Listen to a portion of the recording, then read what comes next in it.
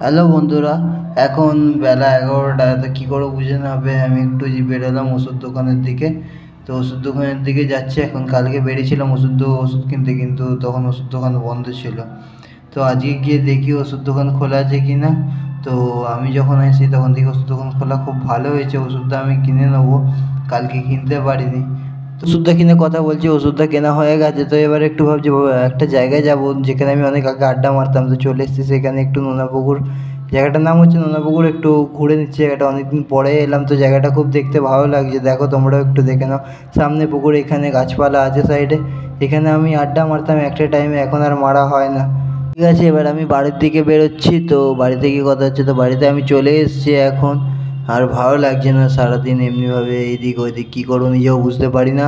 তো যাই হোক, আজকে শুভ মহাসপ্তমী। তো সবাইকে সপ্তমী প্রীতি ও শুভেচ্ছা। Tata, good bye.